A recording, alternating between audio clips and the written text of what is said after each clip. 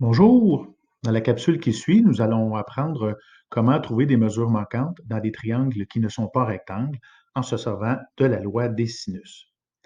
Pour vous mettre en contexte, il faut d'abord se rappeler que l'on ne peut pas, en temps normal, trouver des mesures dans des triangles qui ne sont pas rectangles, avec les rapports comme sinus, cosinus ou tangente qui sont ici pour l'instant inutilisables. Donc, aucun moyen de trouver un angle ou un segment autre que ceux que j'ai actuellement.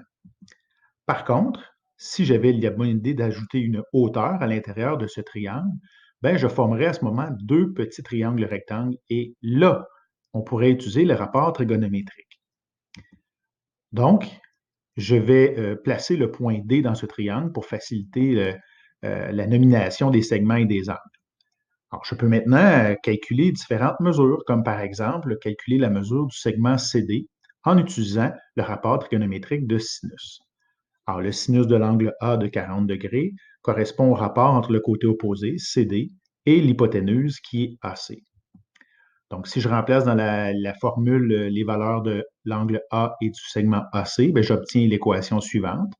Et par manipulation, je finis par obtenir que la mesure du segment CD est de 4,5 cm.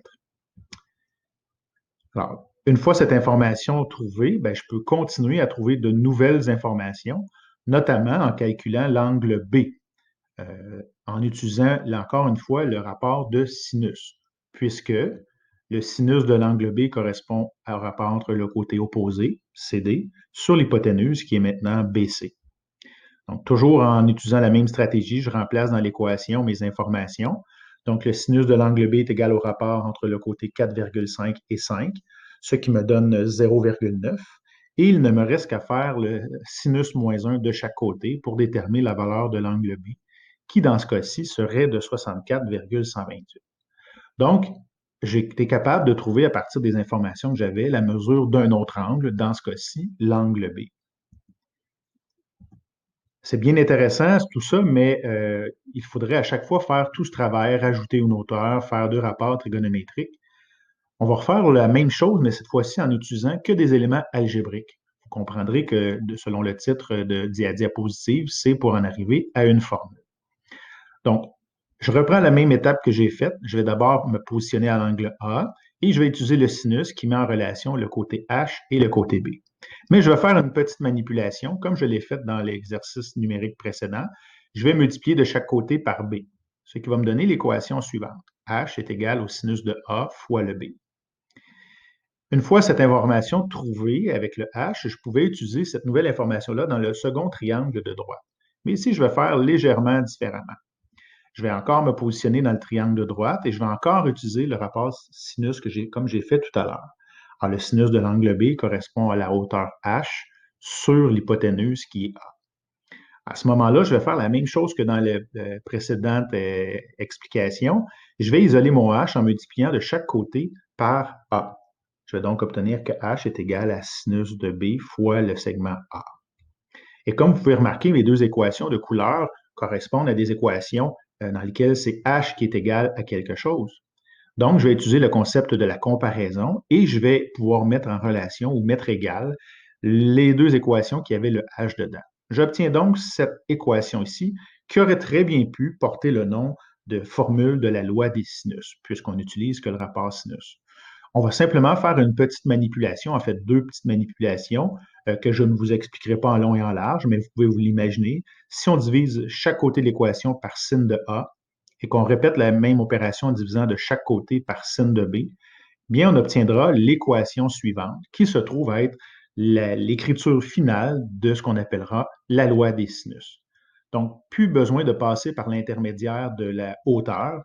Nous aurons donc la possibilité de trouver directement des informations grâce à cette formule. En regardant la formule, eh bien, on va être capable de comprendre la chose suivante. On a mis en relation deux côtés et deux angles. Donc, si on regarde bien la formule, petit a et grand A sont un côté et un angle qui se font face, et petit b et grand B, un côté et un angle qui se font face. Donc, lorsqu'on voudra résoudre des problèmes avec des triangles qui ne sont pas rectangles, il faudra utiliser cette formule en espérant pouvoir placer chaque valeur et qu'il y ait une seule information qui manquera dans le triangle. Voici un premier exemple. Alors, supposons le triangle suivant. Eh bien, quand on regarde les informations qui nous sont données, d'abord, ce n'est pas un triangle rectangle, donc sinus, cosinus, tangente ne sont pas utilisables. Mais comme je viens de l'expliquer, on peut entrevoir qu'il y a trois informations, dont deux informations qui sont l'une en face de l'autre, l'angle de 65 degrés et le côté de 7 cm. Donc, c'est une situation idéale pour utiliser la loi des sinus. Alors, je vais pouvoir à ce moment-là calculer l'angle B. Parce que lorsque je regarde mon équation, je vais pouvoir substituer la mesure de l'angle A par 65 degrés, la mesure du côté A par 7 cm et la mesure du côté B par 5 cm. Alors, en regardant notre équation, on voit bien que la seule chose qui nous reste à trouver, c'est la valeur de l'angle B. Alors, je vais faire des manipulations algébriques pour isoler cette valeur. Donc, je vais faire ce qu'on appelle le produit croisé. Donc, je vais multiplier les extrêmes et les moyens ensemble. On aurait pu y aller plus tranquillement ou d'une autre façon en prenant le 7 divisé par sin de 65 et en calculant sa valeur. Il n'y a pas de façon obligatoire de faire. Donc, ici, j'ai multiplié en croisé, ce qui m'a donné l'équation suivante, pour laquelle j'ai par la suite fait quelques petits calculs. Donc, j'ai fait le calcul de 5 fois sin de 65, ce qui m'a donné 4,532. Puis, pour isoler mon B, j'ai d'abord divisé par 7 pour ensuite faire sinus moins 1 et obtenir la valeur de l'angle B qui est de 40,343 degrés. Donc, la loi des sinus me permet de trouver plus rapidement une information qui m'est inconnue. Si j'avais voulu trouver la mesure de l'angle C dans cette situation-ci, j'aurais quand même dû passer par les étapes que vous voyez. J'aurais pu seulement trouver l'angle B puisque c'est la seule possibilité que j'avais avec la formule. Par contre, une fois que j'ai l'angle B, il suffit de faire une opération comme la somme des angles intérieurs qui est de 180 degrés et soustraire mes deux angles connus pour trouver mon dernier angle. Dans mon deuxième et dernier exemple, la situation est un petit peu plus difficile. Donc, quand je regarde le triangle, je constate que je n'ai pas, malheureusement, de données qui se font face. Alors, j'ai bien le 60 degrés qui est en face du côté que je cherche, mais en face du 8 cm ou du 50 degrés, il n'y a rien. Par contre, dans ma formule de la loi des sinus, j'ai absolument besoin d'avoir au moins un côté. Donc, j'ai privilégié la mesure du segment de 8 cm et de l'angle devant lui, que je n'ai pas encore, mais que je peux trouver. Puisqu'en effet, encore une fois, la somme des angles donnant 180, les opérations inverses me permettent de déduire que l'angle Q vaut 70 degrés. Donc, je peux maintenant continuer le travail en utilisant une fois de plus la loi des sinus. Donc, j'ai utilisé la loi des sinus écrite différemment. Si vous remarquez, je n'ai pas utilisé les lettres A, B, C. Je me suis tout simplement adapté aux lettres qui étaient déjà placées dans le triangle. Et en face d'un angle en lettres majuscules, on met généralement le segment en lettres minuscules. Tout ça pour dire qu'une fois qu'on remplace les informations, on découvre que ce qui nous manque, c'est le segment R minuscule qui est en face de l'angle de 60 degrés. Donc, je vais faire encore une fois les mêmes manipulations. Je vais multiplier en croisé, donc 8 fois sin de 60 et R fois sin de 70.